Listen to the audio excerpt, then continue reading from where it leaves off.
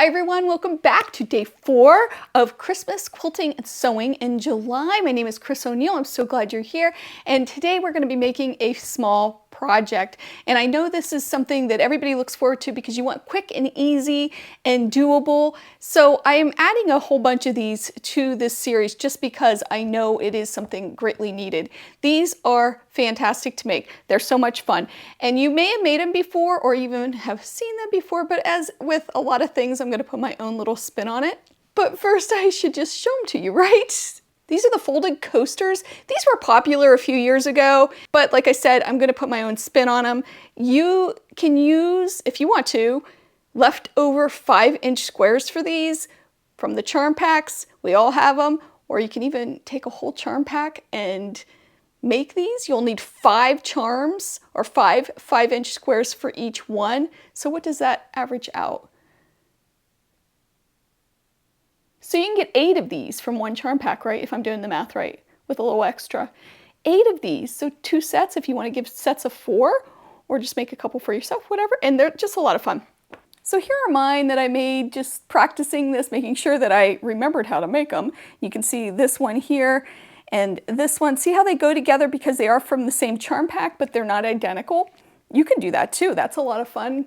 And this is my little spin on how to do it differently. I like to put batting in these because these to me are too thin. They're not going to absorb much. So I put a piece of batting in, you can see that here, and then I stitch around the edge. You could put quilting lines here if you want to, but I like it just like this and it makes it a little puffy. So along with your 5 squares, you're also going to need a 4.5-inch piece of batting, and I use scrap batting here. So you can just see, just slightly smaller to accommodate that seam allowance. Now I did make one out of Christmas fabric, so you can see I used 5 pieces because we have the 1, 2, 3, 4, 5, but I used 2 of the same and 2 of the same, so pairs. So you can have a lot of fun with this and you don't have to do them all differently. Now one thing I want to warn you about is that the directional fabrics can be tricky. You want to make sure they're straight. For example, you can tell the back of this,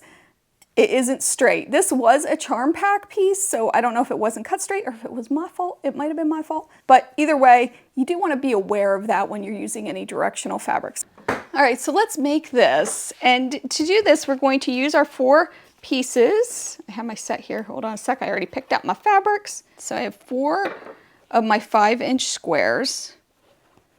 I'll lay these out.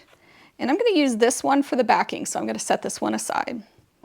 Next up, I'm going to fold these in half. I'm folding them in half, wrong side to wrong side, so the pretty side is out. And I am going to press a nice crisp seam right there. And I'm going to do that with 4 of the 5. So my fronts are going to be folded like this and pressed. Okay, so they're all pressed well, and I'm going to take this one. This one has like a crease in it. I'm going to press that out. And you know what? This doesn't look super straight, does it? So I'm going to pull another fabric for the backing that's an all-over print. That's just going to make my life easier. All right, so now I get to decide how I want this laid out. So let's see, where do I want my placements? And I'll show you exactly how to put this together. I'm just picking placements, and I think I like this just because these are the same print and I don't want them right next to each other. We're going to take our backing piece, which is this one, and I'm going to put it right side up so the pretty side is up. Take one of our folded pieces and we're lining up the raw edges with the raw edges. Now you need to be really careful about this. You want to make sure you get a really good line up on this. I don't know how else to say it. I don't know. You want to make sure it's lined up really well, and you can use pins or clips, but I do suggest using a lot of whatever you use because you want this to be nice and stable. So pin this, or we'll clip this one. And by the way, the clips, the curved part goes to the top where you're going to be sewing. That's going to hold that down. There is a flat side. That's what's going to go across the bed of your sewing machine. All right, next I'm going to take this one, yes. I did think. All right, and I'm lining this up, and you can see there's 5 layers of fabric here, so it gets a little hairy. I'm going to, actually I did that wrong here. I'm gonna first clip it down here. That's what I've learned to do. Clip it down here. Oop, I got a rubber band. Line that up, and then I'll put a clip here. And then I'll remove this one and clip it again here. Now I also, well, I was gonna say I like to clip these two together, and I actually will do that now, but there we go. All right, and I'm gonna put another one here. I like to use a lot, it just holds it. If you don't, it can shift so easily, so I overdo it a little bit. All right, our next one is this one, and I'm gonna line this edge up over here first. Okay, and then I'm gonna clip these, just incorporate the clips, making sure everything is nice and secure. And look, I have that one flipped over. We're gonna turn it back around. There we go. And all right, and I'm gonna clip here at the intersection. Okay, so this is when the fun happens. This is our last piece. So I'm gonna start by clipping it down here, lined up. Making sure everything is lined up. I'm gonna do the same here. And you can take a clip, actually I have a mini clip, and put it here and then remove this one. And then we're gonna fold this back, remove this clip. So this is exposed. We're gonna fold this guy back, lay this here, get him in there nice and snug, and lay that there. Just like that. Lots of clips, lots of pins, whatever you need to do, do. And then I like to flip it over and just make sure that I'm all lined up. Oops, see, that's flipped, so I needed to make sure that was right. Now I'm gonna go around and sew a 1/4 inch all the way around, and then show you the magic of this. Okay, now you just set your seams, and then we're gonna trim. Oh, oops, look, that got flipped up. Let's fix that. Oh, wait, before we trim, we're gonna just check it to make sure that everything got sewn in and that there's no problems, because you don't want to trim anything and have issues. Now you can use a slightly bigger seam allowance if you don't want to do the 1/4 inch, that's okay. Just make sure that you trim down your batting piece, if you're going to use batting, to a smaller piece. So this is 4.5. You might want to take this down to like 4 1/4 or something like that. I think I got everything. If you don't have everything in case, which I do, you can just go back and re-sew it, that's fine. You didn't cut anything yet, so you can just make the seam allowance a little bit bigger or whatever you need to do.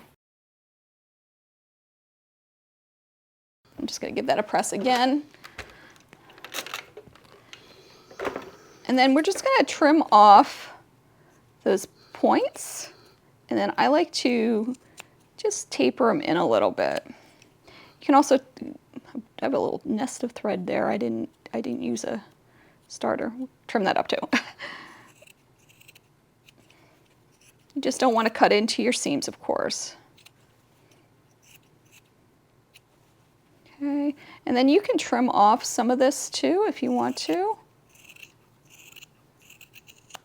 Just to get all that bulk that would be under there, out of there. Making a giant mess on my wool mat, aren't I? Hang on, let me get my thing to clean it. I don't think that tool is recommended for these because it does kind of take off a layer, but I think it works great. I don't know, it's like a carpet tool thing. Okay, so now we're going to flip it. I like to use a chopstick.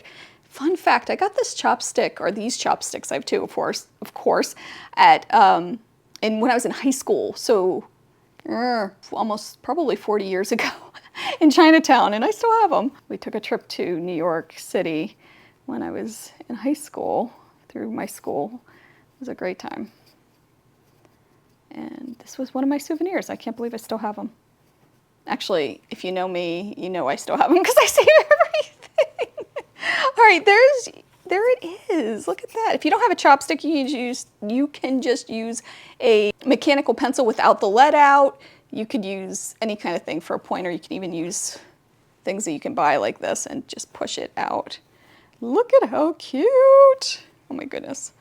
All right, I'm just gonna press this again. Give it a little steam action. All right. And you can see that, look at that, my batting is a little big. I'm gonna trim this down a little bit. All right, that's much better. That's gonna fit in there nicely. And it's a great way to use up your batting scraps. All right, so this is tricky to get it in there. And the reason I don't put them in when I'm sewing this together is because these edges get way too bulky. Remember, there's 5 layers, and then you put batting in it, it's just a mess. All right, so what I like to do, and it's not always easy, is I'll turn it back.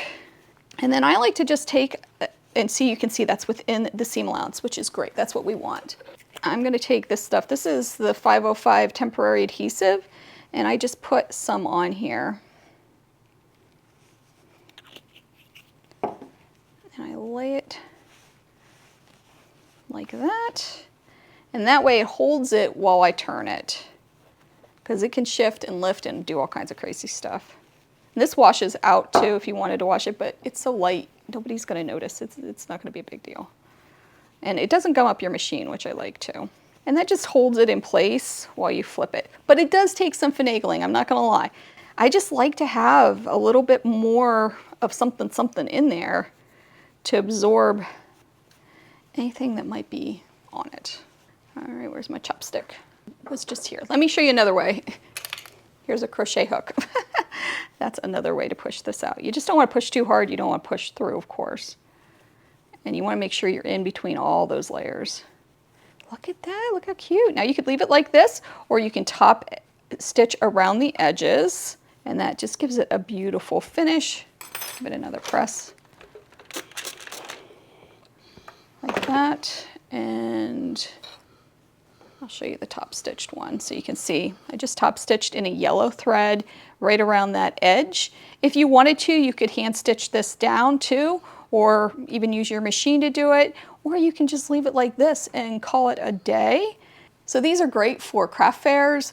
They're great for gifts, for teachers' gifts. Teachers would love these, even if you just did one with a coffee mug. Although, as a former teacher, I don't recommend coffee mugs because we have so many. Maybe a case of water bottles. That would be good. That would be something we would need and use, and it would be consumable. Better yet, if you can, get them a bottle of wine. Just saying. I hope you enjoyed this tutorial. This is something fun, something you can do today if you want to, and you can also just cut these pieces out. Aren't these fun? You could make them for all seasons. You could just have a lot of fun with these. But I wanted to use summer colors because, you know, it's fun. I hope you have a wonderful day. I hope you take some time to sew. I will see you tomorrow for yet another fun project. And then the next day, I think, if I'm right, we talk about making lists and getting organized. But I wanted to give you some projects first because, you know, that's fun. Anyway, I'll see you tomorrow. Bye.